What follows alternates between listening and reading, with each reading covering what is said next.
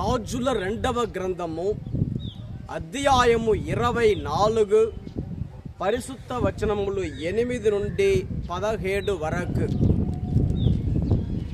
యెహోయాకీను పరిపాలన. యెహోయాకీను 18వ ఏట రాజై యెరూషలేము నుండి 3 నెలలు మాత్రము పరిపాలించెను. యెరూషలేము నగరవాసి ఎల్నాతాను కుమార్తె నెగుష్టా అతని తల్లి. ఆ రాజు కూడా తన పితరుల వలె యావే ఒల్లని దుష్కార్యములు చేసెను. అతని కాలమున బబులోనియా నుండి నెబుకద్నెజరు యొక్క సైన్యాధిపతులు దండెత్తి వచ్చి యెరూషలేమును ముట్టడించిరి. సైన్యములు యెరూషలేమును ముట్టడించుచుండగా నెబుకద్నెజరు స్వయముగా వచ్చి నగరమును పట్టుకొనవచ్చెను. యెహోయాకీను తన తల్లితో సేవకులతో ప్రాసాద సంరక్షకులతో అధిపతులతో బబులోనియా రాజునకు లోబడిపోయెను. అధిపతులతో బబులోనియా రాజునకు లోబడిపోయెను. ఆ రాజు తన పరిపాలనా కాలము 8వ ఏట యెహోయాకీనును బందీని చేసెను. నెబుకద్నెజరు దేవాలయ కోశాగారము నుండి ప్రాసాద కోశాగారము నుండి సంపదనంతయు అపహరించుకొని బబులోనియాకు కొనిపోయెను. ప్రభువు నుడివినట్లే పూర్వము సొలొమోను రాజు దేవాలయము కొరకు చేయించిన బంగారు పాత్రలన్నిటినీ పగులగొట్టించెను.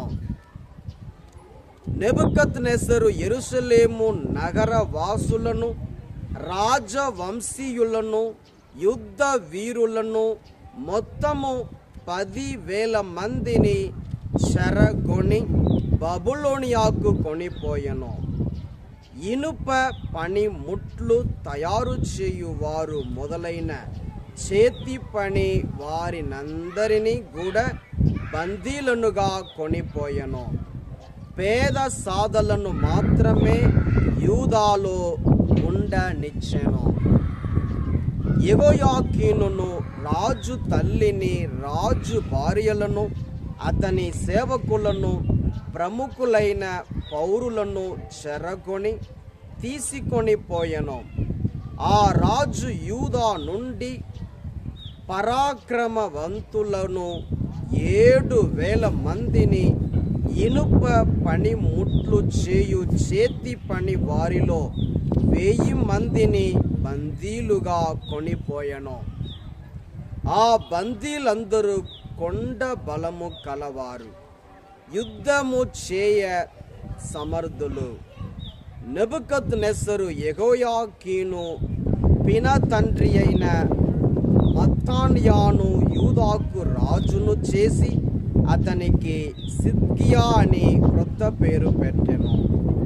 ఇది ప్రభుని వాక్కు. సర్వేశ్వరునికి వందనములు. మత్తయి సువార్త అధ్యాయము 7 పరిశుద్ధ వచనములు 21 నుండి 29 వరకు. ప్రభు అని నన్ను ప్రబోధించు ప్రతి వాడును పరలోక రాజ్యములో ప్రవేశింపడు, కానీ పరలోకమందలి నా తండ్రి చిత్తానుసారముగా వర్తించు వాడే పరలోక రాజ్యమున ప్రవేశించును. కడపటి రోజున అనేకులు ప్రభు నీ నామమున గదా మేము ప్రవచించినది, పిశాచములను పారద్రోలినది, అద్భుతములు అనేకములు చేసినది అని నాతో చెప్పుదురు. అవును, అప్పుడు వారితో నేను, దుష్టులారా, నా నుండి తొలగిపోండు, మిమ్ము ఎరుగను అని నిరాకరింతును. నా బోధనలను ఆలకించి పాటించు ప్రతి వాడు రాతి పునాదిపై తన ఇల్లు కట్టుకొనిన బుద్ధిమంతుని పోలి ఉన్నాడు. జడి వానలు కురిసి వరదలు వెల్లువలై పారి పెనుగాలులు వీచినను ఆ ఇల్లు రాతి పునాదిపై నిర్మింపబడుటచే కూలిపోలేదు. నా బోధనలను ఆలకించి పాటింపని ప్రతి వాడు ఇసుకపై తన ఇల్లు కట్టుకొనిన బుద్ధిహీనుని పోలి ఉన్నాడు. జడి వానలు కురిసి వరదలు వెల్లువలై పారి పెనుగాలులు వీచినప్పుడు ఆ ఇల్లు కూలి నేల మట్టమయ్యెను. దాని పతనము చాలా ఘోరమైనది. అంతటా యేసు తన బోధనలను ముగింపగా ఆ జన సమూహములు ఆయన బోధకు ఆశ్చర్యపడిరి. ఏలైనా వారి ధర్మశాస్త్ర బోధకుల వలె కాక అధికారము గలవాని వలె యేసు బోధించెను. ఇది క్రీస్తు సువిశేషము. క్రీస్తువా మీకు స్తుతి కలుగును గాక.